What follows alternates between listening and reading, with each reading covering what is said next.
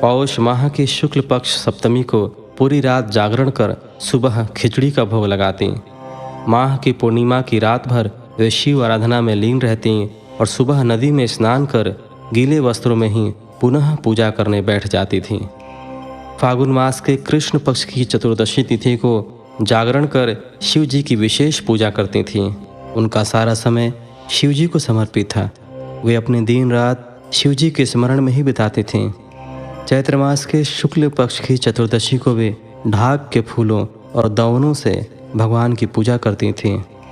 वैशाख माह में वे सिर्फ तिलों को खाती थीं। वे नए जौ के भात से शिव पूजन करती थीं। ज्येष्ठ माह में वे भूखी रहती और वस्त्रों तथा भटकटैया के फूलों से शिव पूजन करती थीं। आषाढ़ मास के शुक्ल पक्ष की चतुर्दशी को वे काले वस्त्रों और भटकटैया से रुद्रदेव का पूजन करती थीं। श्रावण मास में यज्ञोपवीत वस्त्रों तथा कुश आदि से वे पूजन करती थीं। भाद्रपद मास में विभिन्न फूलों व फलों से वे शिव को प्रसन्न करने की कोशिश करती। वे सिर्फ जल ही ग्रहण करती थीं। देवी सती हर समय भगवान शिव की आराधना में ही लीन रहती थीं। इस प्रकार उन्होंने दृढ़तापूर्वक नंदा व्रत को पूरा किया।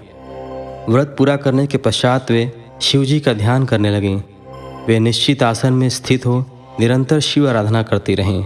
हे नारद, देवी सती की इस अनन्य भक्ति और तपस्या को अपनी आँखों से देखने मैं, विष्णु तथा अन्य सभी देवी देवता और ऋषि मुनि वहाँ गए।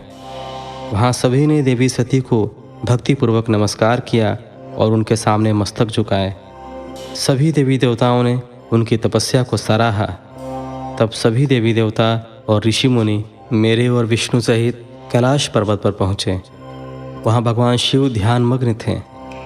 हमने उनके निकट जाकर दोनों हाथ जोड़कर उन्हें प्रणाम किया तथा उनकी स्तुति आरंभ कर दी।